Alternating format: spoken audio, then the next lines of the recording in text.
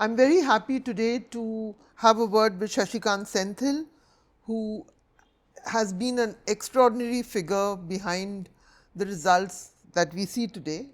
Senthil prefers to keep a low profile, but he's actually won with one of the largest margins in Tamil Nadu, if not the largest, for the Congress party. He has also run the Congress war room during the national elections, and he also set up the war room in Karnataka before the assembly elections.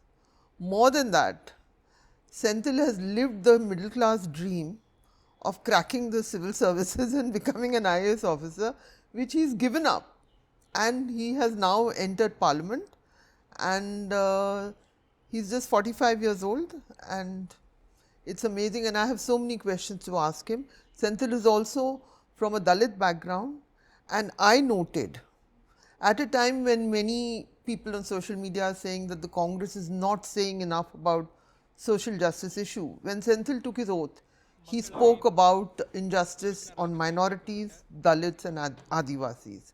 So for frontline conversation, I'm absolutely delighted to have a word with Sasikanth Senthil. Congratulations, Senthil. Thank you, Sabha. Thank So you. how have your 2 days in Parliament been?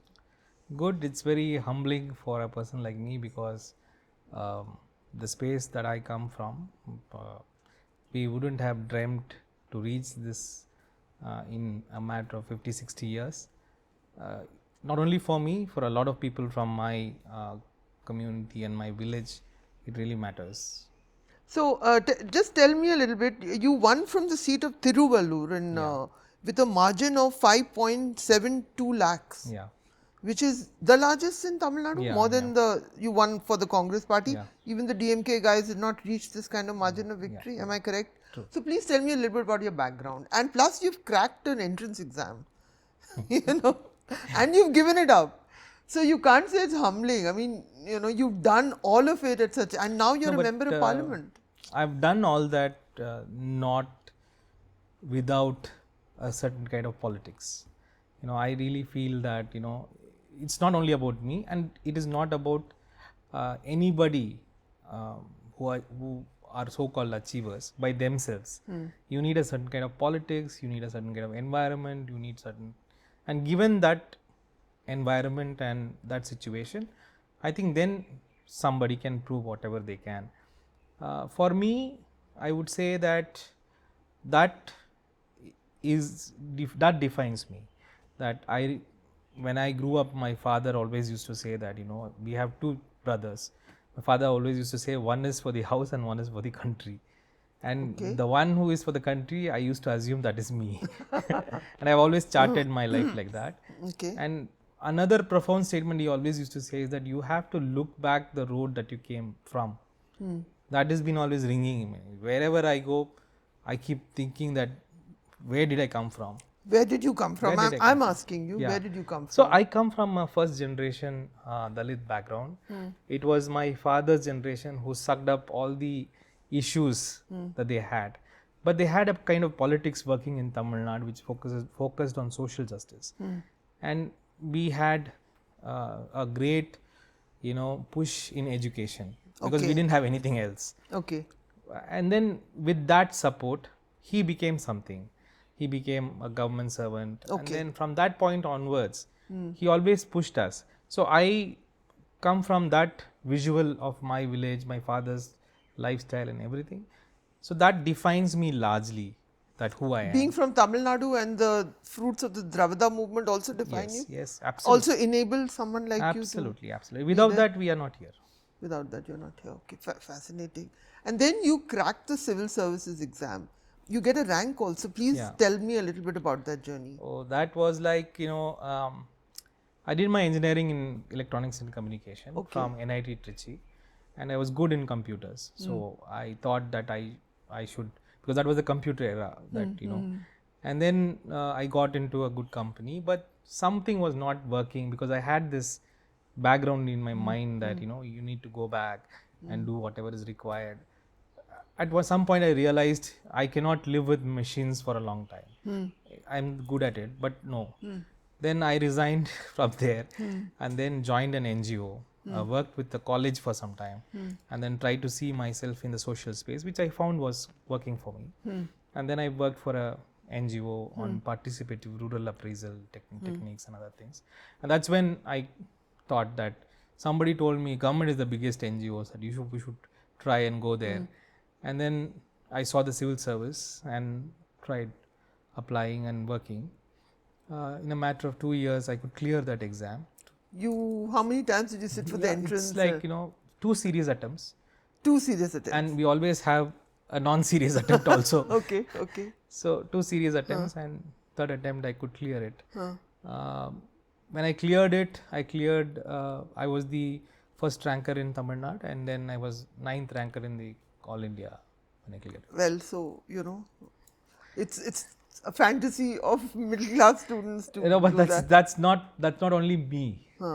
I told you I had to have a certain system, certain support systems, and certain politics working to do it's all put together. Okay, then you were in the civil service, you were Karnataka cadre. I was in because Karnataka. The first time I met you, I remember, I learned that your last posting was the DM of Mangalore. Yeah. I was the and then you quit. And then in 2019, I quit service, and I quit quoting a very specific reason. And sitting collector resigning from service in protest is actually a... What was the reason? So, as I told you that, I am defined by the politics which brought me there. I saw a threat to that politics from 2002 onwards, when we saw the Godhra riots happening in front of us. How come an elected government engage in something like this? So, from that time I started seeing the other politics. What is that politics? Which works on, dividing people and, winning elections out of it. And I have been closely watching every aspect of that politics. What are the indicators of that? And when 2014, when the current Prime Minister, who was then seen as the perpetuator of everything, come to become the Prime Minister of this country, which I never thought would happen. It happened, and the way it happened, I was very apprehensive that this is going to go in a different direction. And for the next 5 years, I watched them very closely, every aspect of them. Their demonetization, their this, their that, everything was copybook of that politics which happened all over the world. History books is full of these indicators and examples of what our country is going through. The attack on educational institutions. What is the phrase you would use for it? I would say fascist. You would say fascist. And I did use that phrase. Okay, fine. And you can say fascist like politics, you are populist, but I think it's bordering fascism. Okay. And in 2019, I was the district election officer of Mangalore, conducting the whole election. And in that chair, you have to be as, you are a neutral person, But then I was always hoping in a larger sense that this country will give a different signal. But then in 2019, when they came back to power with a bigger vote share, that's when I thought that now this is the time we fight this. If we don't fight this, then the politics that I talked about, which defines me, I would be guilty of not protecting something which made me, right? So then they abrogated Article 370 and they moved in the army into Kashmir. Even that was, shocking, but the idea of resigning came when I saw the whole military keep everybody in the state in a state of house arrest. So you actually resigned over Kashmir? Yeah, I resigned with Kashmir as a trigger, but the entire politics with a very big push to fight this politics. I have written a resignation letter. Fascinating. In that letter, I have very clearly written that you have hit upon the fundamentals of a diverse democracy, and I am not going to. I am better off outside fighting you rather than sitting inside. This is the exact phrase I used, and I resigned on a day in the morning, and then I left the district. It's fascinating. It's also about, you are from Tamil Nadu. Yeah. You resign from the civil services over Kashmir is the final trigger. Yeah. And in 5 years, Senthil, congratulations. You are an MP. But more than that, I think from what I'm understanding about you, it's not just that you won your seat with a large margin, you've now entered parliament, but you were also in charge of the Congress war room. Yeah. I think that is when I met you in Karnataka, and then in Delhi you were definitely, and Rajasthan also you were trying to do the war room during the assembly election. All the time you were sitting in Delhi. So how you managed to win your seat is, remarkable, because you were actually working very hard in the war room.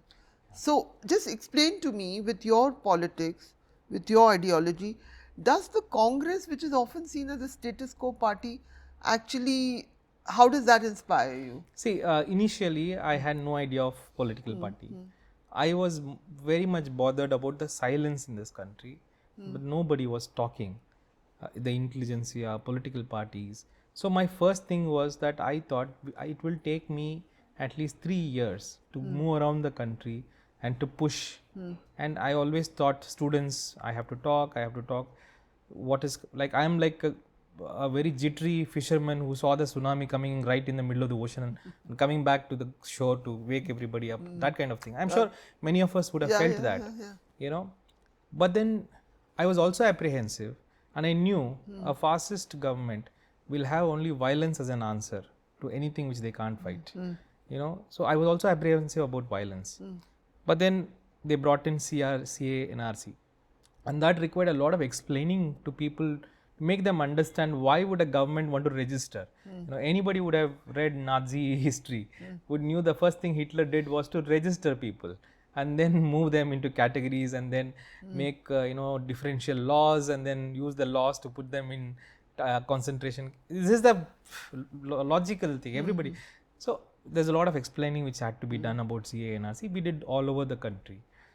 All the while, you did this as a member of the Congress? No. Now you're doing in your independent? No, it was all independent, to talking to students, talking to individuals, minorities, different kinds of people, to make them understand what this is and where it is leading to. Especially the majority community. Tell them, boss, you are the actual victims, So that job was being done. I was continuously traveling all over the country, but mostly on closed meetings and not on open forums. Then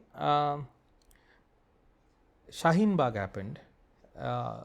Then they started the Delhi riots. This I exactly remember February 25th they start. That's exactly what I was afraid about. That they will have violence as an answer. And the violence will not be government perpetuating on people, but people pitted against people. And that's the basic damage which a fascist government will do. They will divide people so that they do the killing and they just be the observers.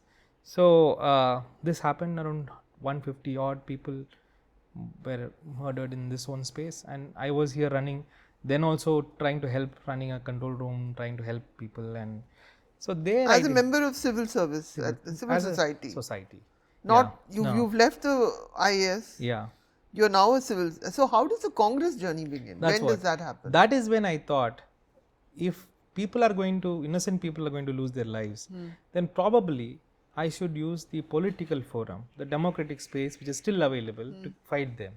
We still had 3 years. So I myself went to the Congress because I knew Congress was the party which had the ideological background and the breadth and the length to fight them. And that was the initial feeling, and I went to Congress and I said, I will join the party. Who you approached?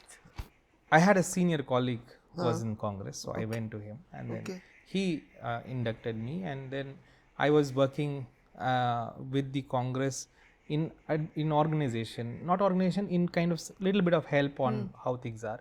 Then Tamil Nadu election started. When Tamil Nadu election started, that is when I thought I should take the formal plunge into Congress. Which year are we talking? 22? 22, Tamil Nadu, yes. And I went into the Tamil Nadu election. First time I organized the campaign in a very formal way and logical way. I organized a small war room, and then we worked on that. As I started working with the organization of Congress, I started falling in love with the organization, because for me, every political party has 3 major steps: organization, ideology, and then the leadership. in Congress, the organization is not alone the leaders. It has a huge cadre base. Every village you go, you will have some 10 congressmen sitting, women who still believe in, that kind of empathy, love, affection and all. So I started falling in love with that cadre. Huge group of people who think goodness is what they want, So, and they are there in every village.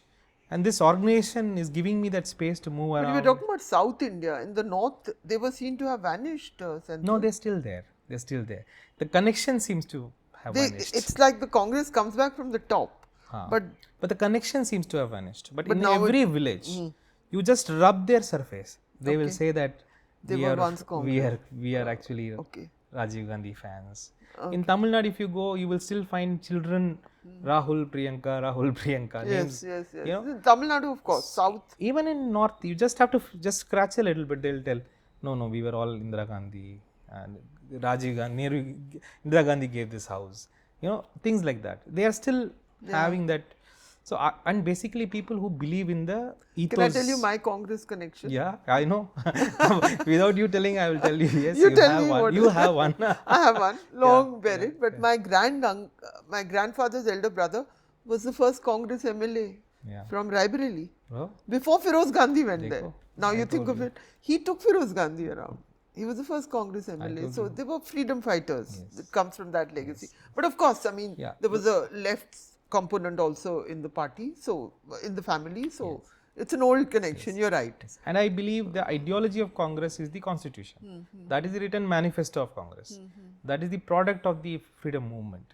And I also don't see, the freedom movement was also a movement for equity.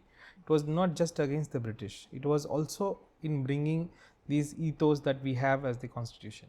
So it was natural for me to take up that ideology and work for it. So you, because the Congress is also, because you have fairly radical ideas. It's also... Congress ideas are also radical. Radical? You think, and what is how do you see Rahul Gandhi today? Is he changing the Congress? See, Rahul ji, is a very, very good human being. Extremely good human being. Extremely, very sharp, very radical if you compare what is going on right now in many sense.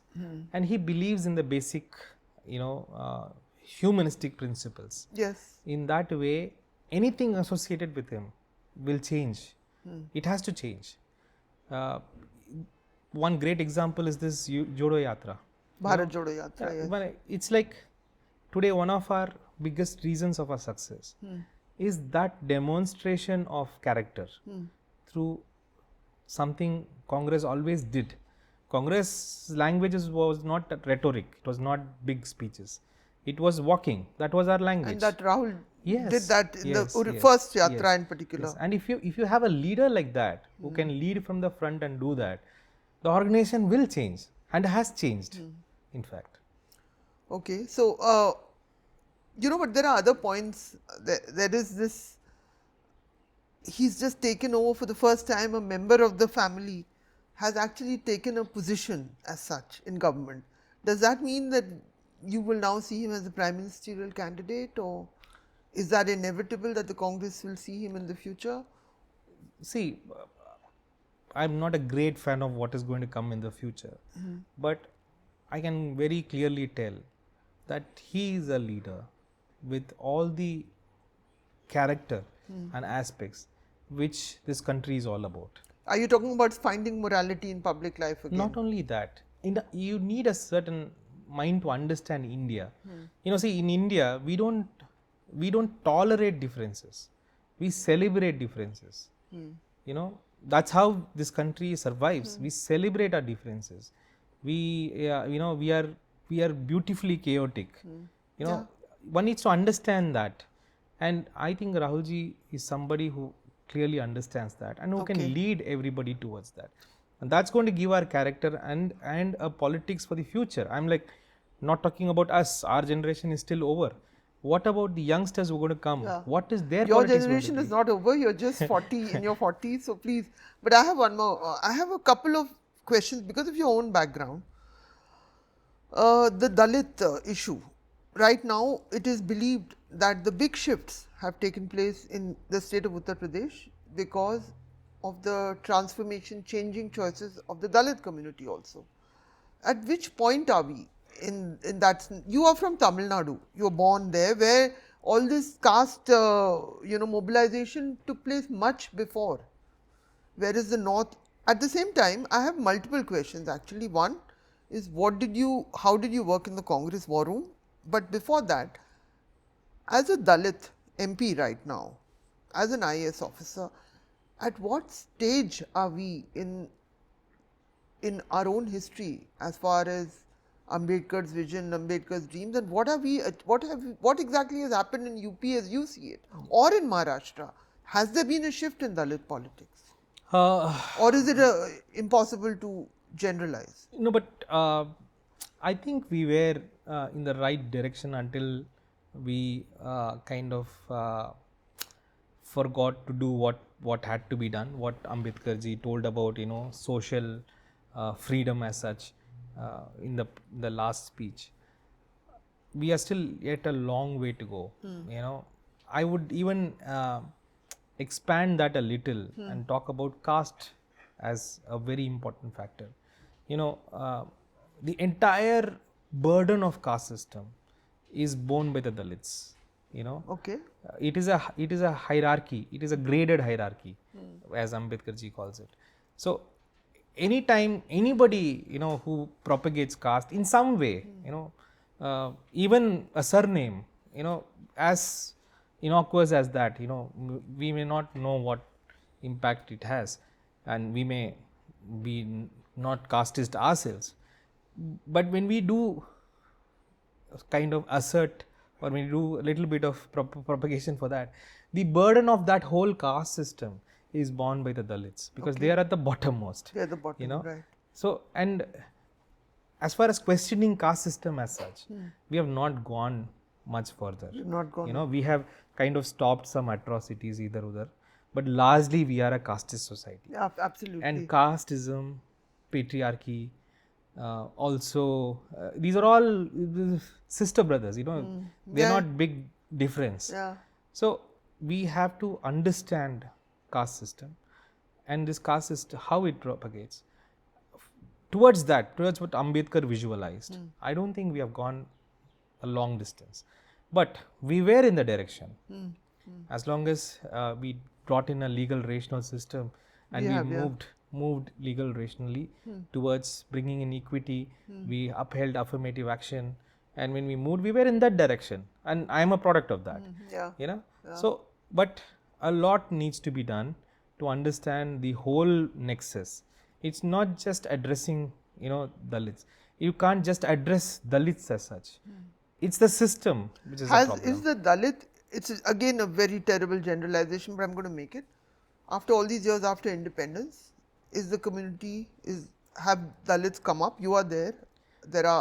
Can one generalize like that? And there has also been an argument, which I find the articulation odd, but I'm putting it to you, because you spoke about ending atrocities on Muslims, Dalits and Adivasis. Yeah. Are Muslims sort of now even at the lowest in society? So, I mean, can we make an equation between communities and caste? I don't think we can. I'm always uncomfortable, but I'm putting it to you. Yeah, so because you think about the problem this. with caste is there's no escape route. Yeah. Your marriages are restricted, love and everything is restricted. So you can't move out of that space at all. And generations together you cannot move. And you have an occupation associated with you also, so that it keeps reminding you who you are. Yeah. All that intelligent formulas are there already.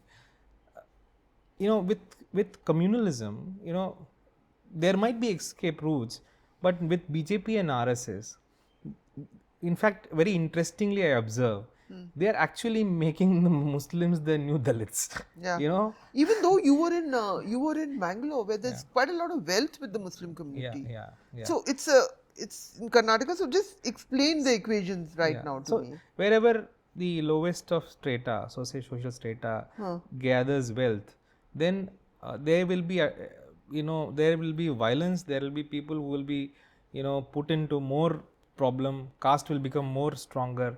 Communalism will become more stronger. That's the logical thing. So this idea of I am up and you are down has to be re-established in society through certain practices. That you cannot transform your job and earn more. Why?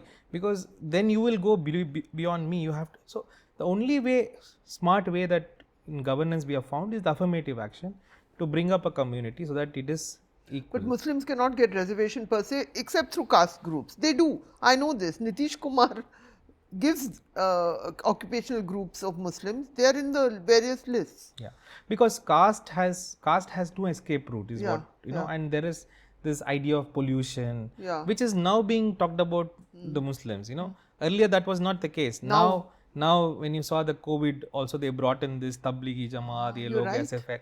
So I never saw it like that. It's and about in the fact, idea of contamination. I'll give you another interesting. The biggest caste is women.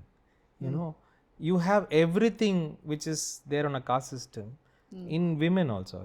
They talk about purity. They talk about when women can be touched, when they're impure. They cannot have their love life, and there is a divine ordinance on how they should behave and everything. So it's all the same. It's all a very intelligent system of hierarchy is built. So I feel we have not gone further. We will never grow further also if we don't deal with this caste system. Okay, and I'll tell you one more thing. And we will never become innovative. India will never become innovative or creative with caste system, because दिमाग सोचने वाला somebody else है caste system के, हाथ में काम करने वाला is somebody else. They both will not mingle, and if you don't mingle these two things, you will never innovate. Have you ever wondered why India has never innovated? Have we not innovated? You are innovating in your life. Where did we innovate and find big things? We are good in theory, we are good in many other things, but we don't create stuff. Because this habit of creating is not is not there. So a caste has to be on the head, and some caste has to be on the hand. It doesn't telling the hands to what doesn't gel. So I think we'll have to transcend the caste system in a big way. We have not moved very far. We are talking in big themes, but I have another question is, do you think we are seeing a transformation like the Bahujan Samaj Party, for instance? It is declining. We have another young MP in Parliament, Chandrasekhar Azad. So are these new voices? Mayawati's decline is actually, she was a phenomenal figure. But so it's very important these voices come up, and they come up with the right understanding of Dalit politics. So I'm very happy to see many more youngsters come up and put up a system and push fight this thing. But it is also very easy to get deviated into some other fights, So that has its own political churning, and it is happening. But I wouldn't say we have come a long way. The society has not come in a long way. It has not come a long way in patriarchy, neither in caste system. Yes. Yeah, okay. But there are still things, while you've been in Parliament, first of all, you took that extraordinary oath, which I really admire. And then, because you're from Tamil Nadu, and I'm going to ask you, there's suddenly been a demand that the Sengol should be withdrawn. Is that? No, what are all this? This is all, if it represents something. Does it represent anything of any meaning for Tamil people? I don't think so. It's just that it came from Tamil Nadu is the only thing. Sengol represents justice. In fact, in our culture, that's why you have a Sengol, is to rule with justice and equity. Does it represent justice, or does it represent a monarchy? So when you have a monarchy, when you have extraordinary power in your hand, it is very important to have that idea of justice, equity and fraternity. And the Sengol in a way represents that. It is also it is not just a stick to rule. It's a stick to rule with a lot of ethically managing power is important. I think it is representing that. But as long as it represents that, but if it is construed to be something which is a danda kind of thing, it better go It's just away. interesting that the SP MP has written to remove that and place the constitution. No, I would surely agree, because I know what the constitution is. I don't Yes. have an interpretation there. Yeah. I would certainly agree with that. You would agree with that position, that Absolutely. replace the Sengol and put the constitution Anything back. when there is this constitution, which is a written, legal, rational thing of, I value it much above any kind of symbolism. Today I see in many churches people have put the preamble. In many Okay. houses I've Okay. seen the preamble. Right. I'm very happy to see that, because there is no interpretation over that. Why do we fight? What does it represent? Let's write it down. That's the whole idea of a progressive society, Yeah. right? Yeah. Let's not work on somebody, a philosopher king. Let's write down how Yeah, they I will get it, operate. I get it. I would anyway. I want to know, what did the Congress war room achieve? Because the Congress did not have a good structure in the Hindi belt. It's performed better, especially in some seats in UP. In Alliance, it's performed, the numbers have gone up. Can you tell me what were you trying to achieve in the war room? Okay, I wouldn't first of all call it war room, because we are not doing any war there. We are trying to connect to a lot of cadre of people. But this whole change in voting behavior is not just about the connect center. It is about leadership. It is about the narratives the leaders put. Is it how important is the booth management? It is. See, That is where I always felt that the Congress was weak is. compared to the RSS, BJP cadre. it is important, but it alone cannot operate. Okay. You need a narrative, you need the organization, and that's when the organization and narrative, along with the right communication, will actually influence voting behavior. So it has to operate on an equal level. Yes, you are right, Congress was weak in that space.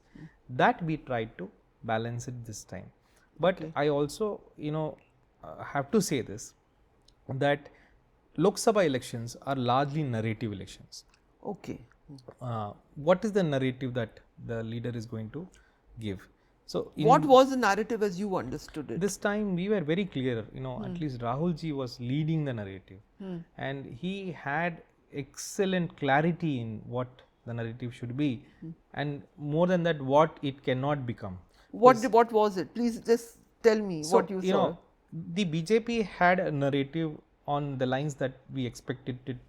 Polarization, that's the narrative they sell. Yeah.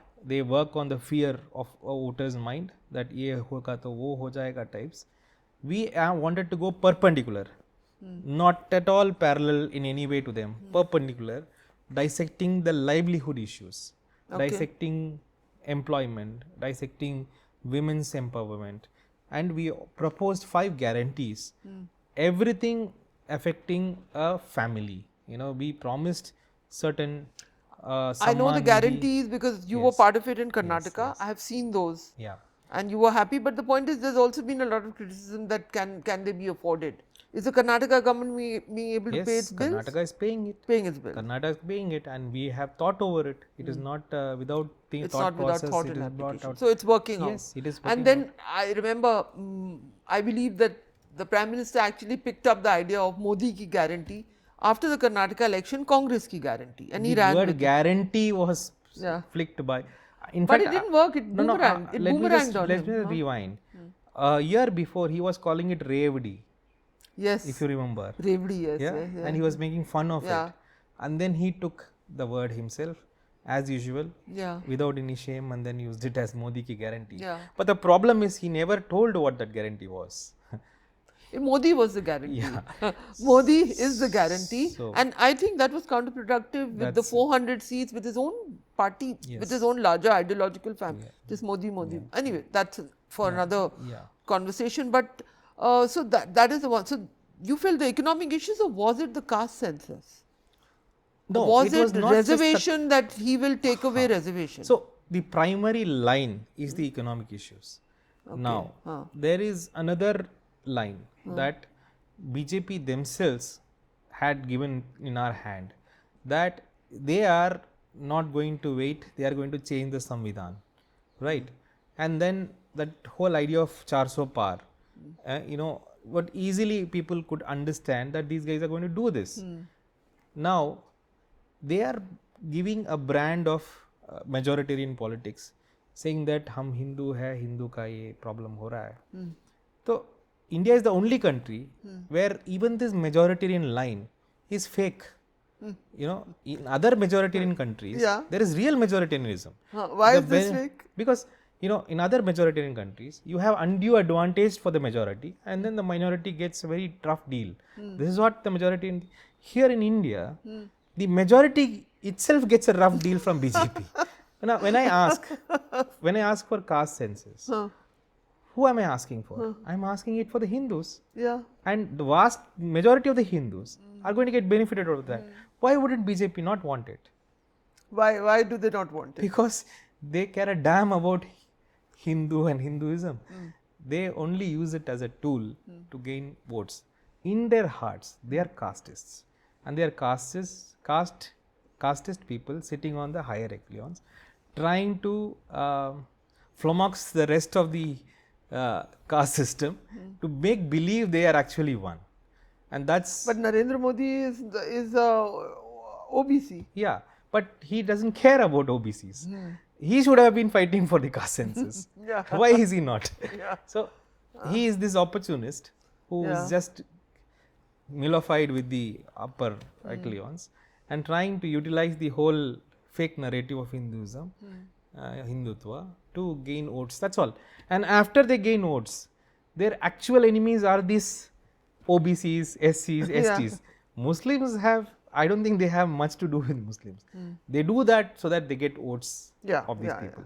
But after that, they have been only destroying the lives of, you know, whatever affirmative action this category of Hindus have got.